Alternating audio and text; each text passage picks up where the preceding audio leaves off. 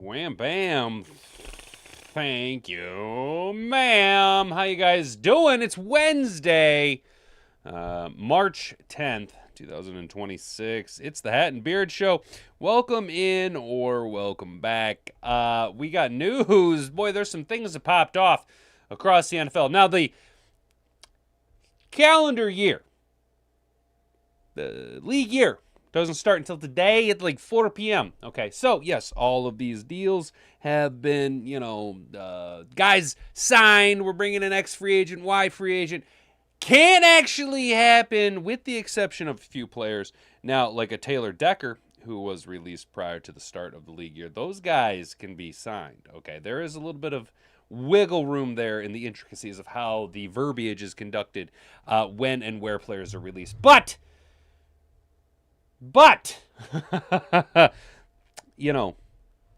I just told Hat and Boobs this Sunday or Saturday. She said all these players have been signed, whatever, and I was like, well, actually, not to be that guy, Mr. Well, technically, no. Technically, none of it actually is official until Wednesday. And we seen the effects of that shakeout just last night. Guys, in case you may have been living under a rock, okay, Max Crosby was supposed to be traded to the Baltimore Ravens for 2 first-round picks. And according to the Baltimore Brace, he didn't pass his physical. So the Ravens... Now, I'm going to be honest with you guys. I don't like the way the Ravens are conducting business this offseason. Not a big fan of the dirtbag business model. Okay. But they proved my point that things don't happen until things happen. All right. Until things happen, they don't actually happen. They are all hypotheses. I don't know. I'm high on pot news. But the Raiders and Ravens Max Crosby deal push the Acme plunger down on the detonator stick, and boom goes the dynamite. Not going to happen. So in lieu of doing that, in lieu of getting Mad Max Crosby to Baltimore, well, this morning, reportedly, the Baltimore Ravens... sticking it in my eye. All right, I was kind of hoping maybe the Lions could dark horse their way into a Trey Hendrickson. Well, when I see the numbers that Trey Hendrickson is getting, I'm not necessarily mad about it. We did kind of dodge a big cap blow bullet, although probably worth it for the player. The Ravens agree to a 4-year, $112 million contract with Trey Hendrickson after, quote, backing out of Max Crosby trade with the Raiders. We will skim all of the news, notes, and signings from around the league, as well as take a little bit closer of a look at the Patriots play 3D chess in the A.J. Brown trade talks with the Eagles, thanks to a 4-year free agent signing. I love it, okay? Not the biggest Patriots fan in the world, but I like Mike Vrabel. I like Drake May. And not to be that guy, now I can kind of like Romeo Doubs. Yeah. So Romeo Doubs signed with New England. They're playing a little bit of the leverage game with the Eagles over there if the Eagles want to unload A.J. Brown to New England. New England desperately does kind of need some wide receiver help, especially with Stephon Diggs and all of the chicanery that comes along with him. Then we're going to go ahead and shift gears, head right down the road to the 313, looking at your Motor City, how the Detroit Lions could allocate more NFL salary cap space. Now, why is that? How did we do this already? Well, because Jared Goff, we're going to just switch that over, should have been like that. Jared Goff restructures his contract to create a ton of cap space. The Detroit Lions, by doing this, created over $30 million in cap space by restructuring Jared Goff. I think we all knew that this was coming, but I don't think we understood the actual math behind it all. 30 mil. Woo-wee! $30 million. $30 million. You could sign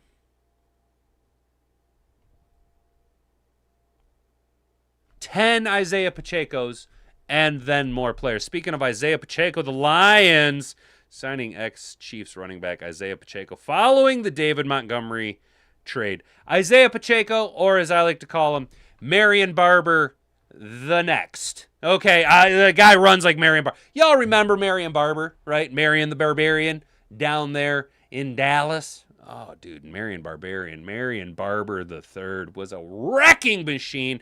And I do think Isiah Pacheco, although limited last year in his production, shows flashes of Marion the Barbarian in today's modern NFL. I think we found a solid piece here to replace David Montgomery. Now, is this a one-to-one replacement? I don't think so. I think this is a solid piece, and I do think that we end up going the route of the later rounds of the draft. We have 9 picks in the draft this year. Okay, subtly, quietly allocating assets. Now, those could be picks. Those could be picks to fill out the roster because we might not have, after re-signing Gibbs, after re-signing Campbell, we might need more flexibility, and that might be where these 9 picks come into play. Or Brad Holmes is loading the cannons, my lord, load the cannons, and fire the cannons. Fire the cannons down at the trade board and shoot up to go get our guy, Sonny Styles. So we will discuss all of that and more, taking your chats over at YouTube, taking your Rumble rants over at Rumble. I'm sorry, Kick, you are streaming, but I can't see what's going on over there because the site's just a little too clunky. But we're kicking it around on Kick as well. That's right, guys. We are actually live on 3 platforms concurrently right now. Look at us go, expanding the Hat and Beard brand. And that is solely because of viewers like you. So what I'm going to ask you to do next is it's call our call to action. Go ahead and I'm going to need you to subscribe to the channel if you're new here. Ring that notification bell so you can be notified every single time we go live Monday through Friday, 10 to 11 a.m. right here at youtube.com, kick.com, and rumble.com, all of them / the Hat and Beard Show. Feel free to follow me over on X. It's a little bit more of a not just all football, but a little bit more of a culture war side of things.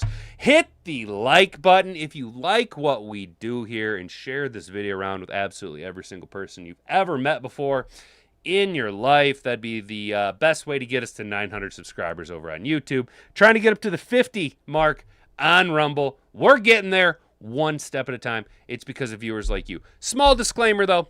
Guys, if you're going to want to play with the rest of Mad Hatter Nation over on YouTube, right, it is a bastion of sanity in a sea of nonsense, and we are probably the most based NFL content creation station here on YouTube. It is going to cost you something. You are going to have to put a little bit of skin in the game. You are going to have to go ahead and subscribe to the channel if you want to engage in the live chat.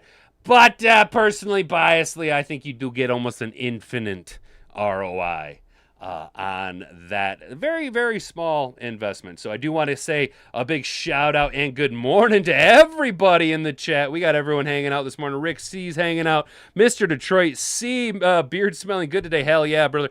Look, dude, if I'm gonna be honest with you, I like my beard products to have a sandalwood aroma to it. What's up, Stick Zandia? How you doing? What up, though? Good morning, all. Good morning to you, dude, brother. I can't tell. Forgive me. Rick, what's good? Buster Scruggs, what's good, Buster Scruggs? My guy, Buster. Is this 2 days in a row? Is this... Are you setting a personal record for consecutive days turning it... Dude, bro. It's an MVP move, dude. Legit. I appreciate it, dude. Thank you so much. What's up, Trippy, dude? Good. Trippy, dude. Hey, so, my dude. Tank? Tank's here, too? Tank Tart 20? What up? Guys, y'all, you got to share this around. We have an absolutely loaded Mad Hatter Nation this morning, guys. So go ahead and do all the things, stuff things. Going to send it over to Jocko, and then we're going to go ahead and get into the show. If you can say the word good, guess what? It means you're still alive.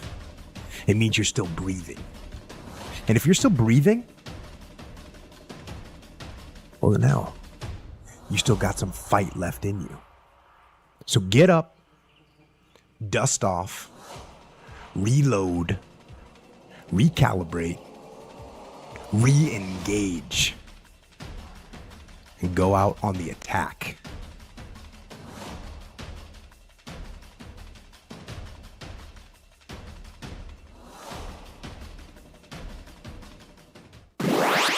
All right. right, guys. We are absolutely right on time. Hey-oh, the trains will run on time in the Mad-Hatter Nation. Or at least whatever your perception of time is. NFL news, free agency updates. Ravens reportedly agree to a 4-year, $112 million contract extension with Trey Hendrickson after backing out of the Max Crosby trade with the Raiders.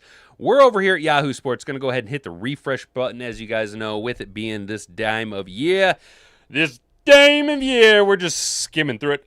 This is a bunch of filler and fluff and fillers. The Titans are going to re-sign Joey Sly, their kicker. Good for Joey Sly. Trey Hendrickson. After the Max Crosby trade fell through, the Baltimore Ravens have reportedly pivoted to sign former Cincinnati Bengals defensive end Trey Hendrickson. And when I seen that the news of the Mad Max trade had fallen through, I was like, well, they're going to go ahead and grab their consolation prize, their divisional opponent, a top tier who, look, be honest, Trey Hendrickson was like the guy with the most to win, the most to gain from Max Crosby trade blowing up was Trey Hendrickson. You probably ended up tacking on a good extra $3 million a year just in value of being healthy and able-bodied and ready to go. That's what we say constantly here. The Hat and Beard show you guys availability is the best ability.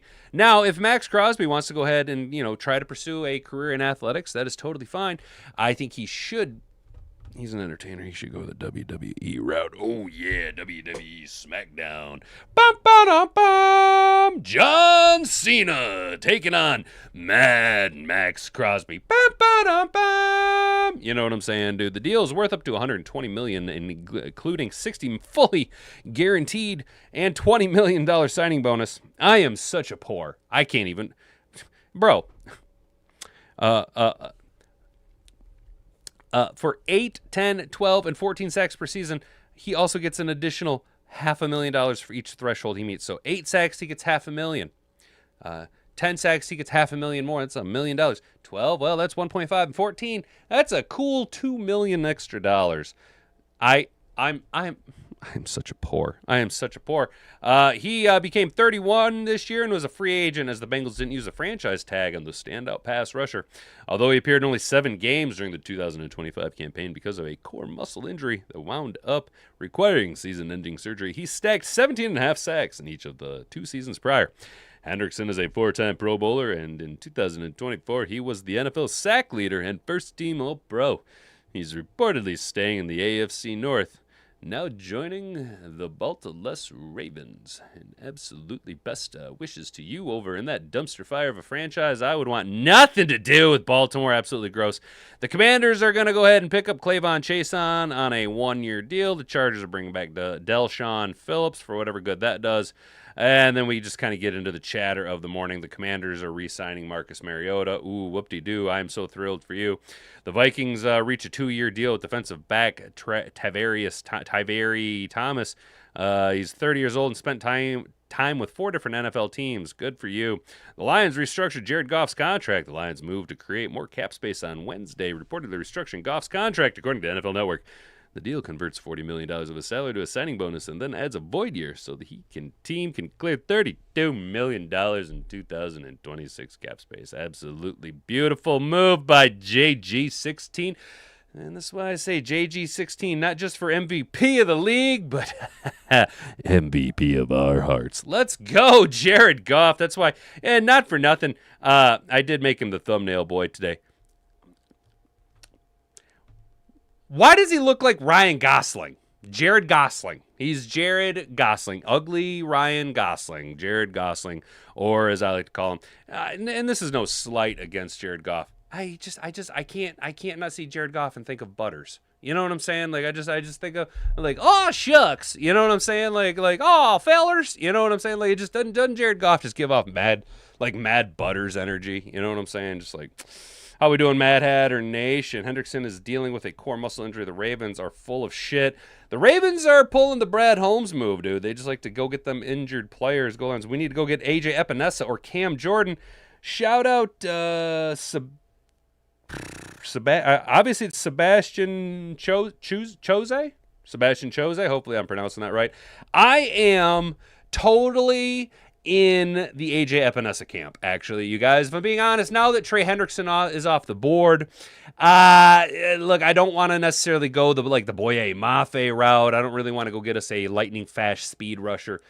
A.J. Epinesa does a lot of what we're looking for at a very underrated rate and value. I think he's a nice little solid plug and play. Not the future of the position, but a nice bookend spot that can be your starter and then not demoted, but then take a step back to the heir apparent pass rusher opposite Aiden Hutchinson. If at the very least, solid rotationary place who can kick down into the 3 technique because he's a little bit stauncher in the back end. Cam Jordan, I like the build, I like the brains, I like the body of work that he's done.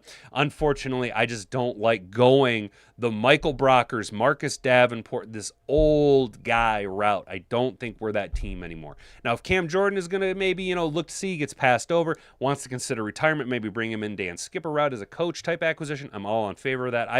I don't want to go that old guy route again. You know what I'm saying? Though I do appreciate the chat, my guy. Ryan Gosling is tiny Jared Goff. Yes, Rick. Yes, JG looks 20% downs, 100% Mr. Detroit City. Butters, you like that, Tank Tart? I'm just saying, dude, Jared Goff just gives like mad Butters energy. And I love Jared Goff, dude. I love Jared Goff. It's just like, oh, shucks, fellers. Come on, guys. Especially because like Jared Goff doesn't have a slur. He has a slush. He puts a little bit of a slush on the back end of his S's, so there is a very mild speech impediment. He has come a long way in it. But because of the very subtle speech and the slush at the back end, it just gives mad Butters energy, dude. Until he gets fired, I can't wait until that day. I want A.J. Epinesa since college. Melvin has been good on so many of these guys that we talked about. Remember, Melvin is smarter. That's true. He's got that Yaku brain. They asked Decker to do the same thing for the team as Goff. Goff helped the team. Decker threw a tantrum and left. Exactly, Buster. Buster Scruggs, my guy. Poetry in motion, dude. Perfectly put, dude. What's Keitho? Bro, what is good, dude? I haven't seen you in a grip, man. Welcome back, dude. Good to see you, bro. Preparing Goff's restructuring is for us to sign our own. 100%. 100%. And I'll keep saying that till I'm blue in the face. The most important signings that the Lions need to focus on is re-signing Gibbs and Campbell to long-term extensions. I'm not as puckering my butthole over Sam Laporta and Brian Branch because of the injuries. In my pecking order, Gibbs, Campbell, 1A, 1B. Very important players. I realize that Jahmyr Gibbs is Mr. Flash in the pan, and everybody loves Jahmyr Gibbs. I love Jahmyr Gibbs. But Jack Campbell is equally as important to the franchise as Jahmyr Gibbs. Just because he isn't as flashy and isn't the highlight reel, he is that guy on defense. You know what I'm saying? Extending our guys would not affect this year's salary cap. Agreed, Rick. Agreed. But by restructuring Goff over multiple years, it gives us more flexibility in the long run. So it gives us more trajectory to sign guys to slightly. It gives more flexibility in the following years in the signings. Honestly, do you guys really think we're going to be that hot-handed in free agency moving forward? 2, 3 guys? Tops. And they're not going to be flashy. I'm going to be real honest with you guys. As much as I love us going after a guy like A.J. Epinesa, unless you are a hardcore football fan, that's not going to move the needle for you. Right? Those of us here in Mad Hatter Nation, those of us who are, in the middle of the offseason before ink can even be put to paper, we're over here just projecting out 2 years in salary cap moves, right? Unless you're one of us, dude, AJ Epinesa is not going to move the needle, right? But the reality is that is an absolutely perfect signing for what the Lions need in the player, and it gives us more flexibility as far as AJ Epinesa would be this year's Roy Lopez signing. Is that a good apples to assholes comparison? I think that's a pretty rock solid comparison, dude. 12 mil goes to the rookies, 100% Keitho. But I do believe that and I'm not 100% on this, but typically isn't the salary cap projected numbers already designed with the rookie salaries already built into the cap? Isn't that something that is already kind of designed so that when we look at the cap, it is already built into what is already in-house under contract and then projected with the salary cap or with so much dollars allocated already for rookie salaries? I think that's correct. I'm not 100%. You know what? Let's use the old Google box. Does the NFL salary cap have rookie contracts built into it? Not interested. Go away, clankers. Yes, NFL rookie contracts are absolutely built into the team's salary cap, acting as a cap within a cap, known as the rookie salary cap pool. While rookie salaries-based signing bonuses must fit under the overall cap, they are regulated by a strict wage scale. Okay, we know that. Only top 51 rookie contract impact the team cap during the offseason. How it works. The League sets a rookie one allocation for one team based on their draft pick, which is part of the total salary cap, not a separate. Signing bonuses are often prorated after the 4 year during the offseason.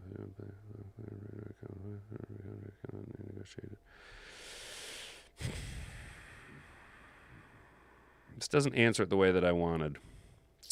Did I not ask the question properly?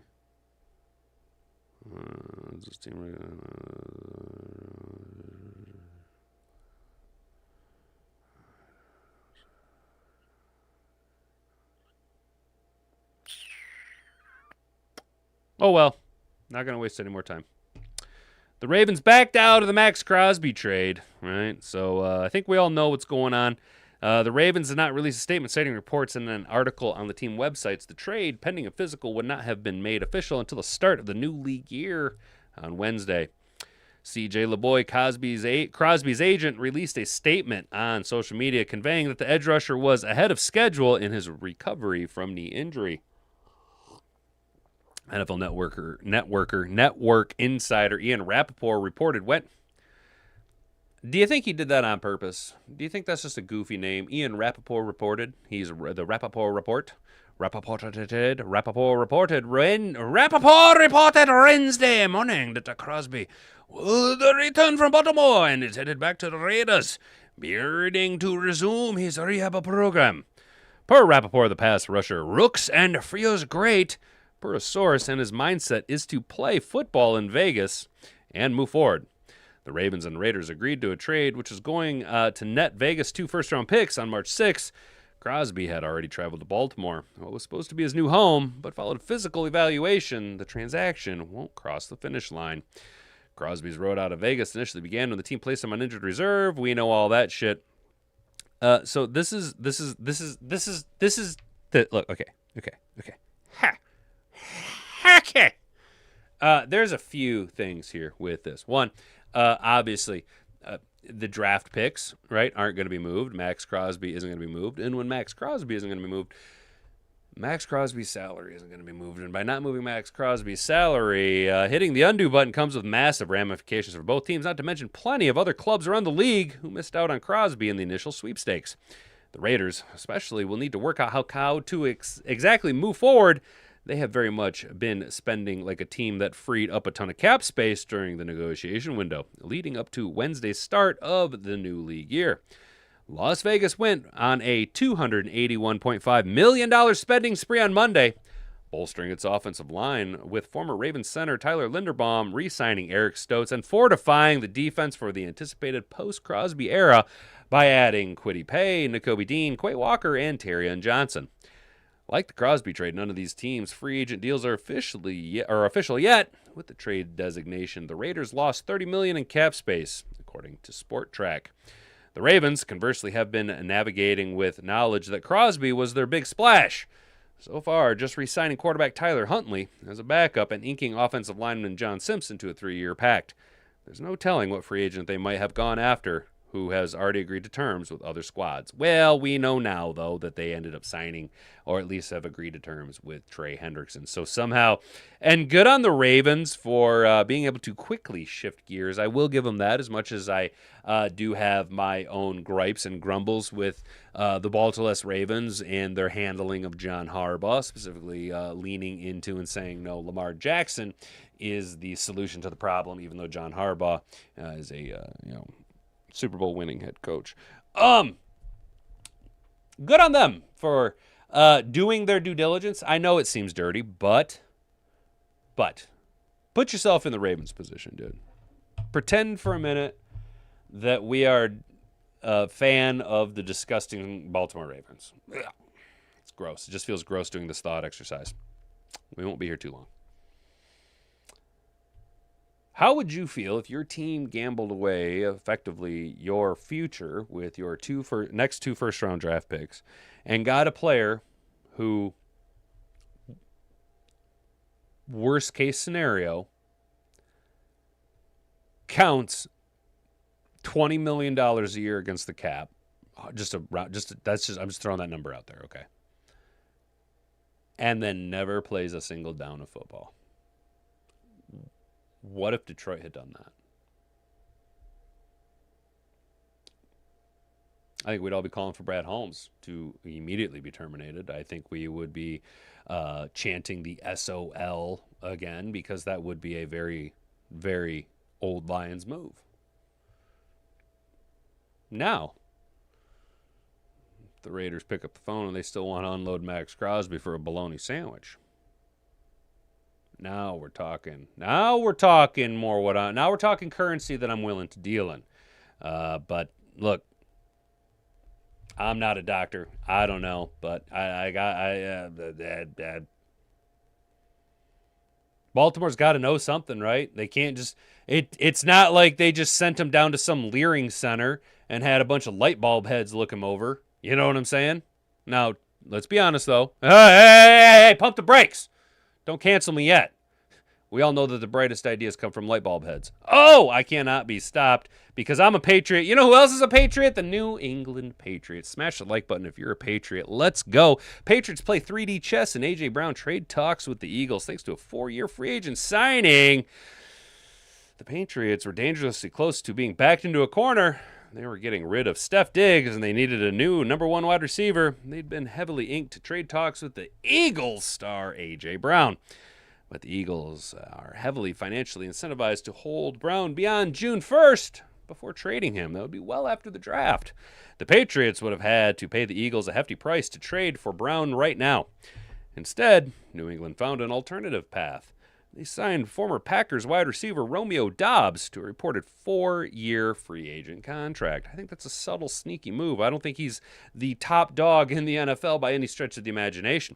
But I think if you pair Romeo Doubs with a first-round, second-round, top-tier, talented young wide receiver, I think you have a very formidable developmental duo, both as far as with Drake May and the continued growth of Romeo Doubs. So it's statistically very rare for guys to get a second contract. Okay. And Romeo Doubs, typically overshadowed, overshadowed by Christian Watson, overshadowed by, was it Speedy Naylor?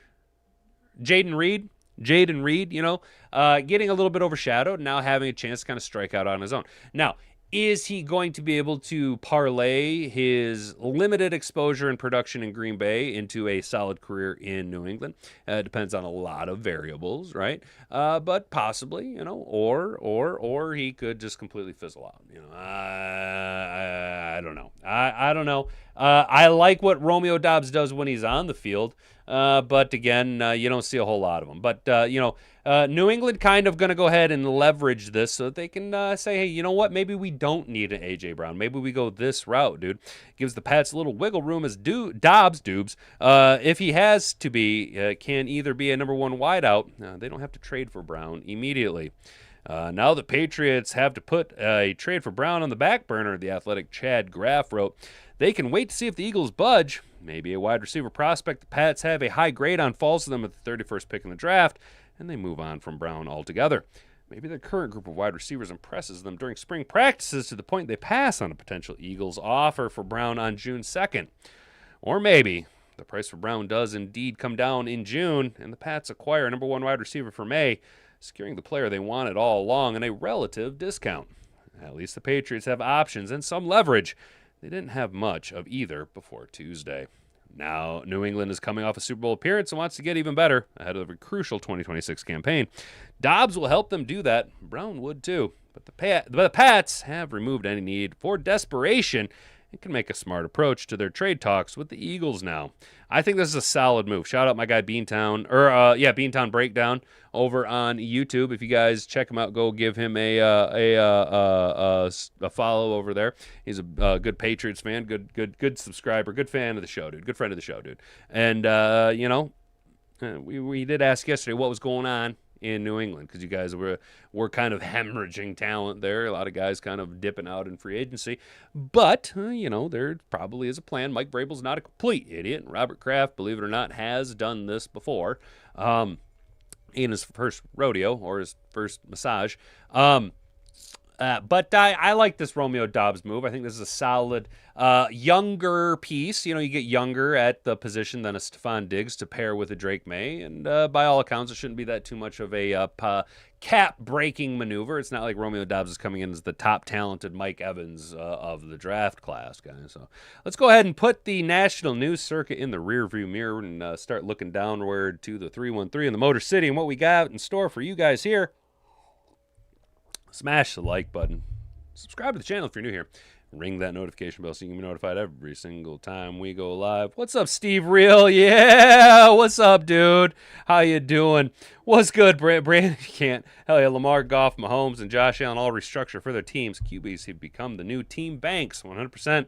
And I'm not saying he was the one to do it, but, I think a lot of, or at least my first exposure to it, was watching Tom Brady, Peyton Manning, Drew Brees restructuring their deals, being the team-friendly guy, a big flashy contract on paper, and then you restructure it after a couple of years so that you can continue to be a contender, and that's what good teams do. Instead of the turnover at the position, you just turn over the dollars. You just keep rolling the dollars over. Could be worse. We could be pulled a move like the Jets did and trade for a former QB who was a dumpster fire. That would be like us trading for Kitna. Hell yeah, Art. Hell yeah, dude. I take Max and Heartbeat, even if it's 2 firsts. I don't care. Just people you're willing to try something other than the busted band of losers Melvin brings. Hell yeah, dude. Anyone against Mad Max has no legs to stand up as they back up Melvin, paying an unproven half-year okay production from Ozempic Aleem, all that cash. Oh, Ozempic Aleem. That's wild. Diggs' next deal needs to include a vasectomy, 100%, dude. But Aleem is an unfair example. He was coming off a torn ACL. And to be fair, Aleem played like shit last year. But have you guys seen the videos of Aleem this year, dude? Have you guys seen the videos of Aleem McNeil's training?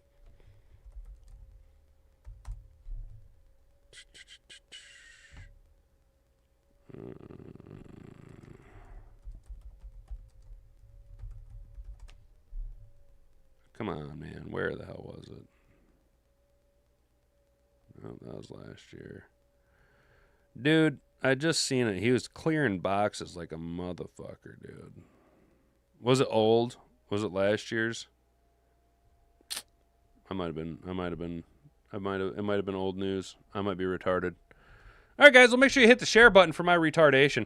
The Lions restructured Jared Goff contract, right? And it's going to clear up $30 million in cap. It's going to clear up $30 million in cap space. As expected, the Lions have restructured the contract of quarterback Jared Goff, JG16 for MVP, both of our hearts and of the league. The move reportedly clears $32 million in cap space, according to Over the Cap. That only puts the Lions under the salary cap ahead of the start of the league year next Wednesday. But it also creates significant cap space for Detroit to continue to be active in free agency.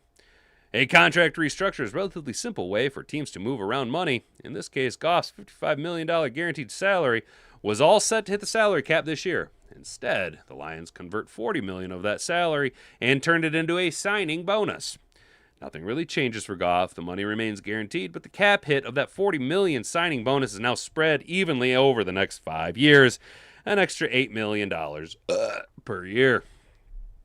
It's worth noting that the Lions opted to maximize Goff's restructure. They could have moved an additional $13 million-ish of his 2026 salary into a signing bonus, but they opted not to spread that out over the remaining years of his contract. That could be to limit the amount of cap hit they continue to push into the future, or they could be a sign they don't intend on using all of the extra cap space this year. Here's a look at how Goff's cap hits for the next few years, because you guys know that if we do have carryover, we get to carry that over.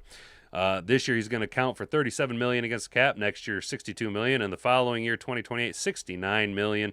And 2029 is a void year with $16 million in cap space. I would expect by 2028 to look at another restructuring and retooling. The Lions may not be done with creating cap space, while there are many remaining options for cap casualties after the Lions released Graham Glasgow last week and Taylor Decker this week. The contracts of Amon-Ra St. Brown and Penei Sewell could be restructured to create over $35 million in cap space in 2026. I don't know how much more we're going to be retooling and redueling, but look, Amon-Ra, Penei, Aleem, all guys that could be restructured and retooled to clear up more space moving forward into the future for the Detroit Lions. Here's how the Lions could allocate more NFL salary cap space, coming to us from John McCron. While there have been rumblings from some supporters about moving on from Goff, it is simply not going to happen anytime soon. Is it time to land Max Crosby after the stunning news he headed back to Vegas? No, I don't think so. Well, that still is not likely going to be the plan. Trey Hendrickson just landed a lucrative 4-year, $112 million contract with the Ravens. Here's how some of the monies added are set to be allocated. The 2026 draft class should cost approximately $12.7 million in cap space. Detroit is on the hook for the contracts of Malcolm Rodriguez, Rock Ya-Sin, Cade Mays, Larry Borom, Isiah Pacheco, and Teddy Bridgewater. Oh, yeah, I forgot. Yeah, we re-signed Teddy Bridgewater. Hang on. Neat. wait. Hang on. Here we go. Wrong button. Here we go.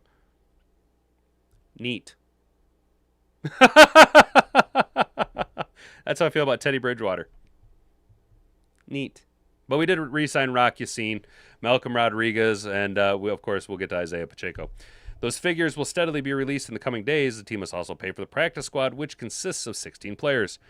Traditionally, the teams like to keep $15 to $20 million that is set aside for a rainy day, emergency signings that are needed to take place during the season. Detroit Football Network explained, there are pending additions of draft class with a combined cap hit of more than $5 million for the first and second round picks. Then there's all the regular season obligations, which include a 16-man practice squad, 2 extra roster spots, only 51 players count towards the cap calculation during the offseason, and a rainy day fund to replace injured players. The veteran minimum deals add up. A couple years back, I asked a member of the front office how much of a buffer do the Lions like to carry into the season, and he told me $20 to $25 million. Could it reasonably be a lower figure? Sure, but the organization's operational preference. Also, Holmes is interested in signing 4 key contributors to contract extensions, including Gibbs, Campbell, Branch, and Laporta. So while the new monies sound exciting, if a team restructures Amon-Ra and or Penei Sewell, that might truly signal the possibility of major free agent signing. Yeah, that's kind of what I was thinking is like, if we want to go get more guys, we're going to have to restructure Penei and Amon-Ra's contract, though. So, but that is what it is, so. What's up, Derek? How you doing, brother? Tyreek over Aleem any day and 2 times on Sunday. Hell, that, Mr. Detroit City, I like to see you saying that, dude, because I'm glad I'm not the only one. Look, it's nothing against Aleem McNeil. Personally, I do like Aleem McNeil. I just really like what I've seen out of Tyreek Williams, dude. I thought he was really good for the limited exposure that he had, man. I thought he played well. He's cerebral. He got his hands up in passing lanes a lot. And I think with the off-season and a little bit more development, strength and conditioning, going to be a little bit more of a powerhouse in his second year, dude, barring any injuries. We have too many needs at O-line to give up draft picks, unfortunately. Art, what do you mean, dude? Just curious, we have one, in my opinion, we have one positional question mark and 2 question marks on our offensive line. The top question is, what are we doing with Penei Sewell? Is Penei Sewell moving to the left side? Okay, because if Penei Sewell is moving to the left side, then that funnels focuses your question on a little bit more of more prospects of what then are we drafting offensive line? Because I get what you're saying that we do need offensive line, but we only need one position. We signed Cade Mays, dude. Cade Mays is probably the best free agent center we could have gotten. Dollars to donuts and age. You know what I'm saying? Ratledge is going to have a big year. Mahogany is going to be fine. Penei Sewell is the best offensive lineman in all of football. We're looking at one question mark, and honestly, I think we already have that guy in house. I just got this. I just got this feeling that we're not taking an offensive lineman in the first round. I don't think we're taking a tackle in the first round, guys. I think the plan is to play Miles Frazier at the right or left tackle and have them learn under Larry Borum. Look up OSU's player talking about Tyreek and his leadership on championship quality teams in college. Hell yeah, dude. Goff just got a nice $40 million paycheck. Art, exactly, dude. Goff just got a big old check today. Our starting O-line is already on roster. May not know who wanted, but it's who we got. Rick, I don't know. Like, here's my thing, dude.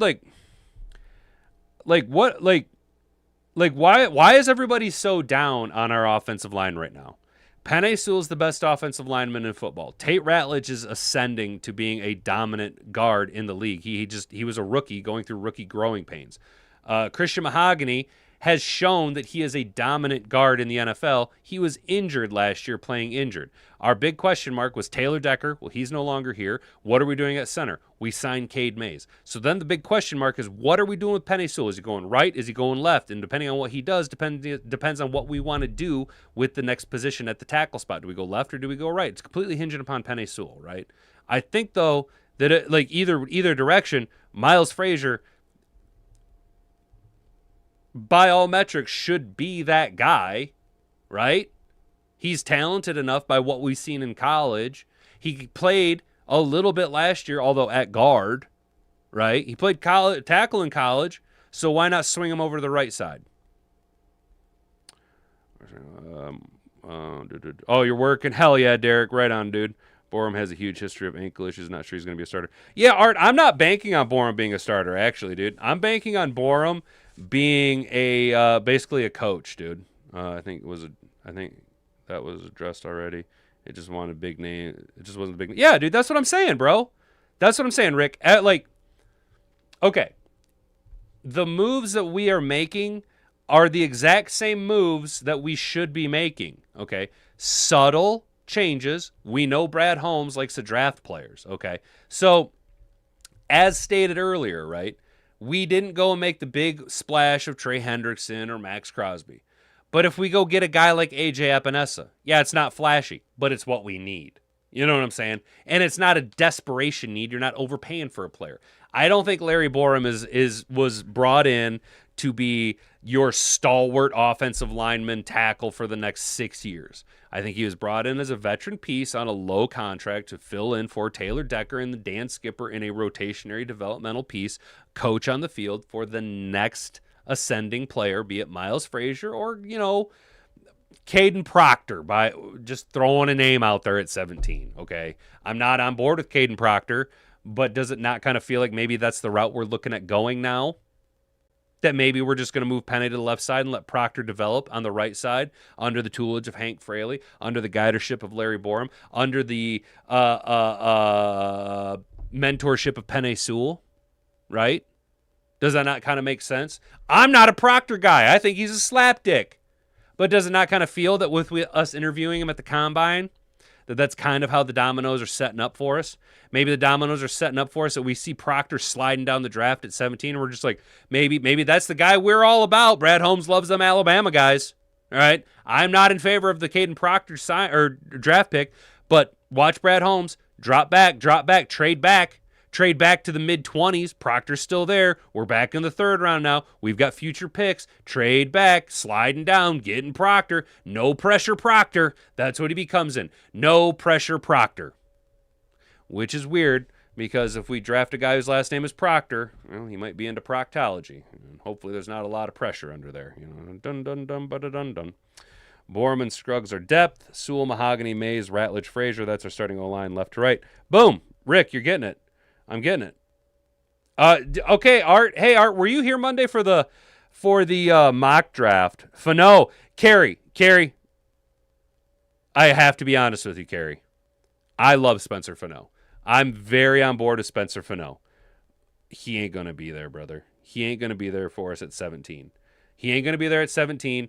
if there was a player that we're going to trade up for that's sliding back to the back into the top 10, Fano's going too early. Best bet is Sonny Styles if you want us to trade up after a guy. Art, back to what we were talking about, dude. In our mock draft on Monday, shout out Brent Lighton, has convinced me that Monroe Freeling is actually the route to go, dude. Actually, this guy, Monroe Freeling, might be the actual solution to our problem, dude. Now, if we go tackle in the first round, probably the guy that's going to be there will be Freeling. And if that's the route you want to go, I'm way more in favor of Freeling over Proctor. I'm just telling you guys right now, based on the moves that we said, where you at? Like Rick C said, Borum and Scruggs are depth. You have your interior jack of all trades, guard and center player in Juice Scruggs to be your depth piece. You have Larry Borum to be your swing tackle. You go left to right. Sewell, Mahogany, Mays, Ratledge, Frazier. Bingo, bango, bongo. Jahmyr Gibbs is running for 2,500 yards. Isiah Pacheco's piling up 1,100 yards and 16 touchdowns. Jared Goff's throwing for 5,000 yards and 50 touchdowns. This Honolulu Blue Kool-Aid is so fucking delicious, guys. Don't you want a sip? Oh, it's so fucking good. Look, I see a lot of fans jumping off the bandwagon, dude. Retard. This is why I love Rumble, dude. Shout out Refty over on Rumble. Retard lives matter. Yeah, fuck yeah, they do, brother. Brad's SOP is to have holes filled before the draft. May not be quality starters, but will have position. Jack, again, with the logic, brother. If history doesn't repeat, it rhymes, okay? But history does have a tendency to rhyme pretty close to on key, you know. Brad Holmes likes to go into the draft going now outside of the first couple of drafts, right?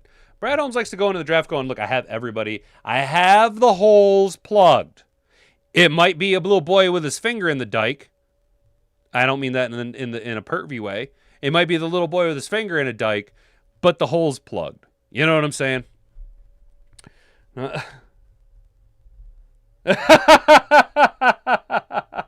60 million yards to Goff.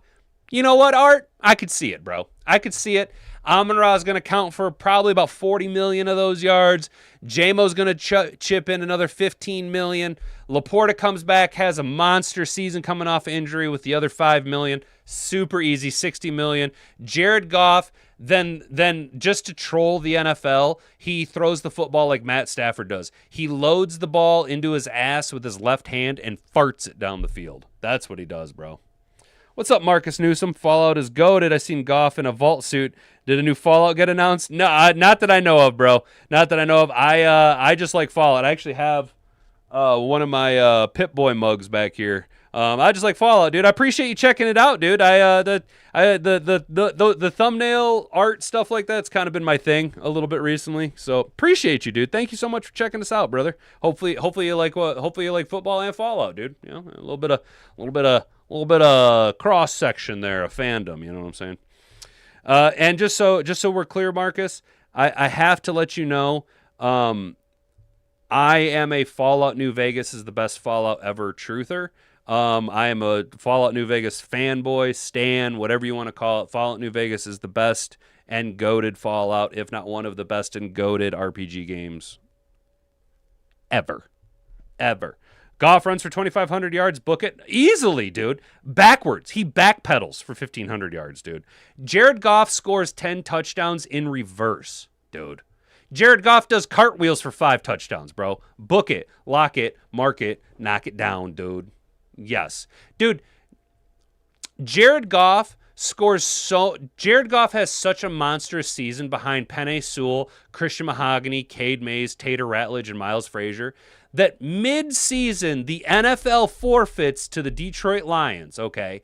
And they don't acknowledge, all 32 teams line up outside of Ford Field, and they only, like Dr. Manhattan, they only surrender to Jared Goff. The boss, dude. The boss gives Goff the Presidential Medal of Honor mid-season come week 9. The Iranian regime fucking surrenders to Jared Goff by Friday of this week. Oil prices drop by Jared Goff's command to $6 a barrel, and we force the rest of the world back onto the petrodollar under threat of Jared Goff, baby.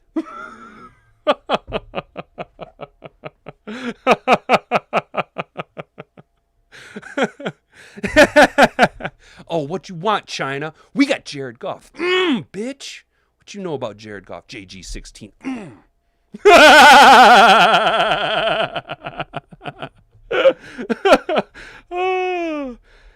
Marcus, I don't know, man. I want to be pumped for the remake, dude. I just don't want Todd Howard. I don't want them to just like I don't want them to modernize Fallout New Vegas into the slop fest that is gaming, dude. You know what I'm saying? What's up, Austin Fogey? I just clicked on, by the way. Hell yeah, dude. Or Frogy, my bad, dude.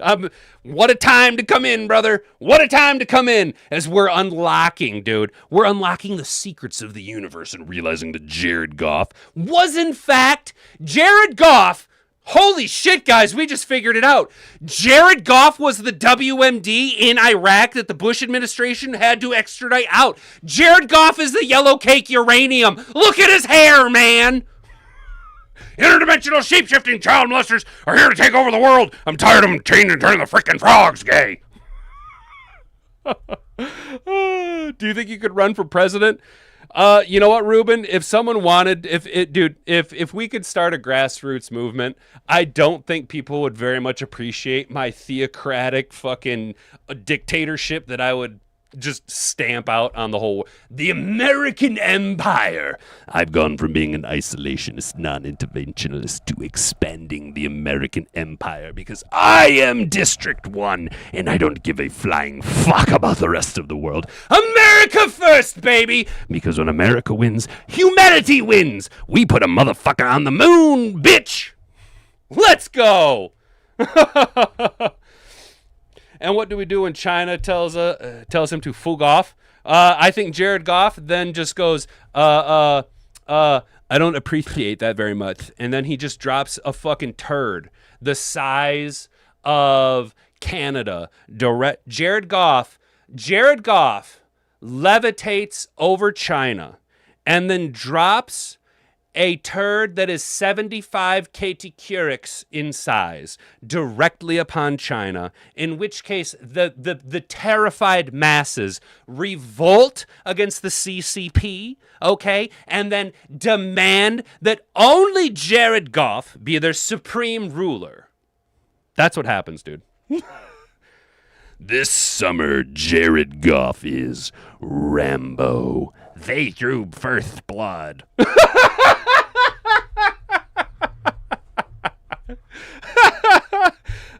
You know what's awesome about Jared Goff, dude? He banged Sean McVay's wife. That's awesome, dude. Sean McVay, whatever his name is, whatever. Do you think he could run for do you think he could? Oh, shit, I thought you meant me, Ruben. My bad. Man, I don't think Jared Goff, dude, look, truth, Jared Goff ain't got no fucking interest in politics. Look at the way he talks. He doesn't get involved in culture war stuff.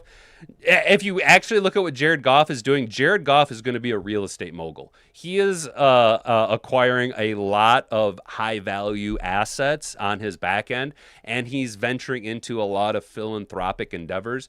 Jared Goff is setting himself up to out-earn his NFL earnings post-career just on investments and business deals that he has working off. And he's setting himself up to be financially structured and protected from inflation, assets deterioration, as well as, I don't want to say tax evasion, but he's shielding a lot of his money from the IRS. While we are on the topic of that, guys, I have recently been learning about health savings accounts, y'all.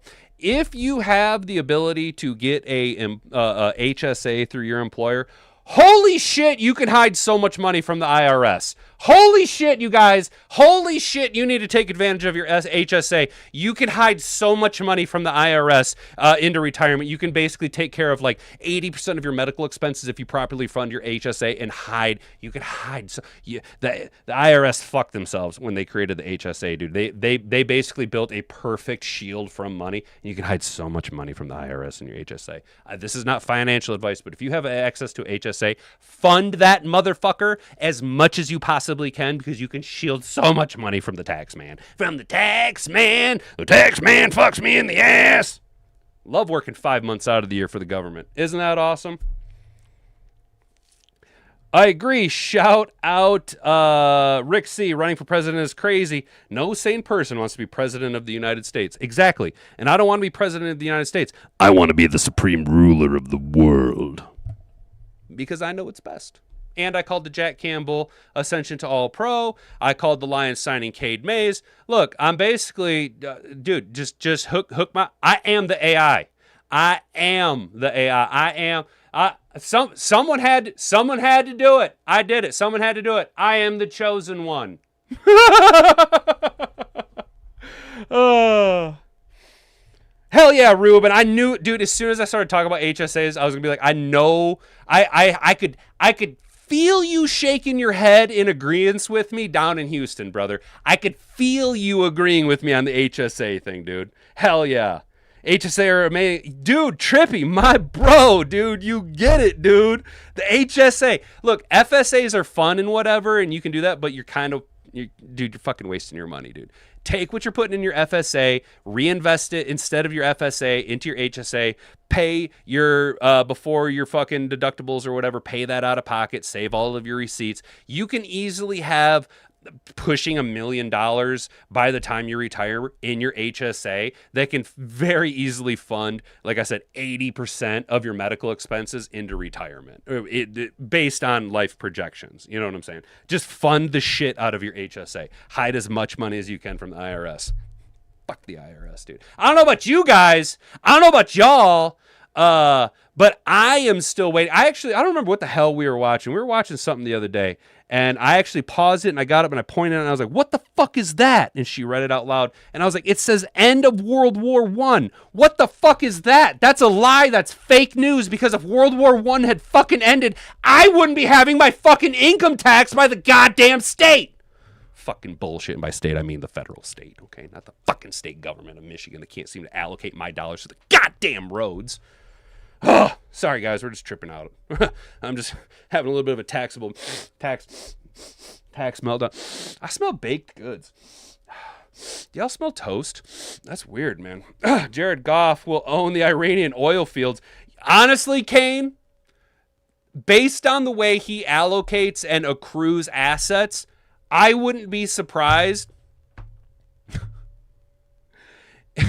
if Jared Goff starts his own company and calls it GFO. Go fuck off. Goff fucking oil. Hell yeah, dude. Hell yeah, guys. Hell yeah. So, yeah, well, we did make it to the end of the show. We got a little bit off on the rails there at the end. What's going on? Oh, shit. Dude, Refty, bro. Golf barrel rolls at least 3 times. Bro, are you, Refty, are you dropping a Star Fox reference in my Rumble chat right now, brother? Do a barrel roll. Hell yeah, bro. Hell fucking yeah, you are, dude. That's absolutely what's up. Shout out Rumble, dude. You guys are missing out. Rumble's what's up. Perry John. Hey, real quick. Carrie. Yo, Carrie. Why do I keep getting text message from this guy, Perry Johnson? Who the fuck is Perry Johnson? And why does he always text me? Hi, this is Perry Johnson. I don't know why they keep texting me. My response is always justice for Charlie. Every political text I get, I respond with justice for Charlie. Head is ready for co-hosting a show with American Boxer on Fridays now. Oh, yeah, dude. Yeah, trust me. If you looked at me, you'd be like, oh, this guy, we will never listen to this guy about money. This guy's a fucking idiot, dude. Look, I'm the guy that's like, I'm doing a budget build on my custom saber dagger that I'm making. Oh, wow. The fucking Hollow Sun 50C3 is now down from $350 to $250 on the St. Patrick's Day sale on PSA. I was only going to get the 40C3, which is $100 lesser than that. But I guess I could spend, because I'm a fucking idiot with my money. I'm fucking stupid, dude. I'm fucking stupid as shit, bro. I'm a poor. That's all it is. I'm a poor. Brad Holmes doesn't want to set the world on fire. He wants to set a flame in the draft. Look, here's the thing, guys. We didn't start the fire, okay? Brad Holmes didn't start the fire. It was always burning since the world's been turning, okay? JFK blown away. What else do I have to say, all right? Okay, so he's a Republican for governor. You gave out his phone number? I did? Or do you want me to? Should I just start giving all my phone number out to political ads? Is Mike Jones' number to 281-330-8004? Hit Mike Jones up on the low because Mike Jones about to blow. I mean, back then hoes didn't want me. Now I'm hot hoes all on me. I said back then hoes didn't want me. Now I'm hot hoes all on me. Fofos I'm tipping. Wood grain I'm gripping. Catch me lane switching with paint dripping.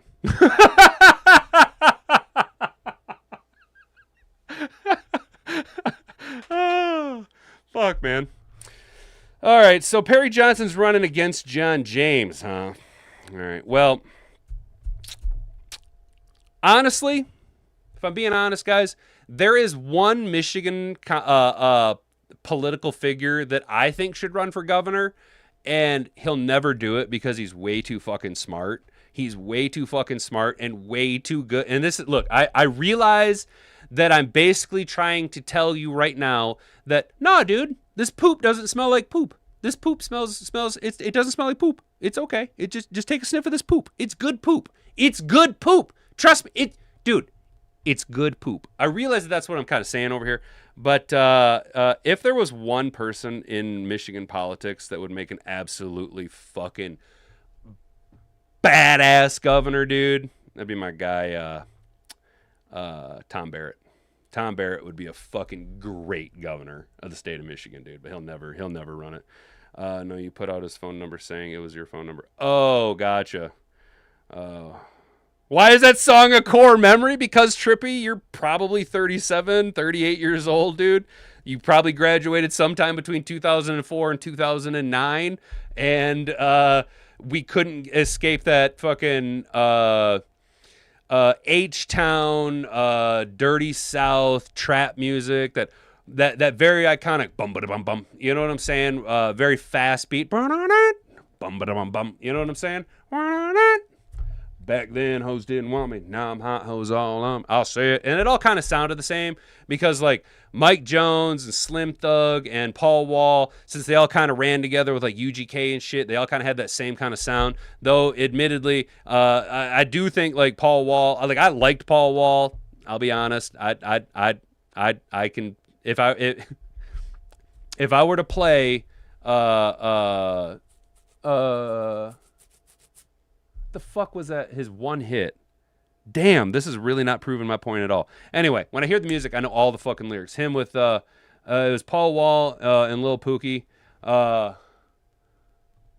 on the block, posted up like a mailbox, sticking licks in the ground, hitting money in my socks. I'm known in the hood for gold grills and popping seals and icon. I'm like for showcasing my verbal skills. Say cheese and show my friends more carrots than Bugs Bunny's lunch. God damn, what is that fucking song, dude?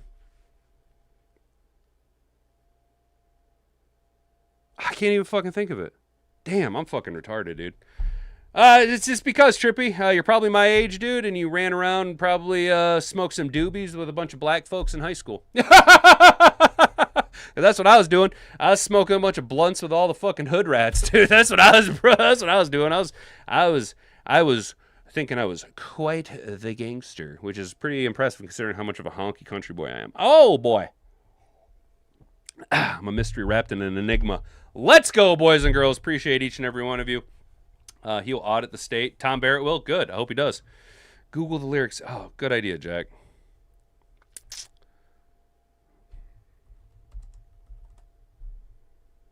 Damn, he looks old. Oh, my God. Wow. Sitting sideways. Boys in the days sitting sideways. Boys in the days sitting sideways. Yes.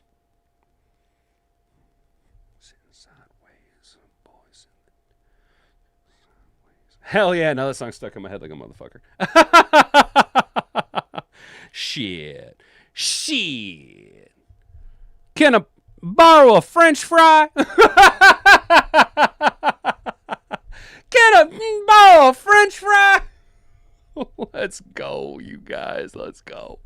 All right, y'all. That's going to be it for today. I appreciate each and every one of you bothered to drop a comment, subscribe to the channel, like the video, or even took it so far as to share it around with all of your friends. That's an absolutely MVP move on your part. Shout out all my folks over on Rumble, crushing it, Refty.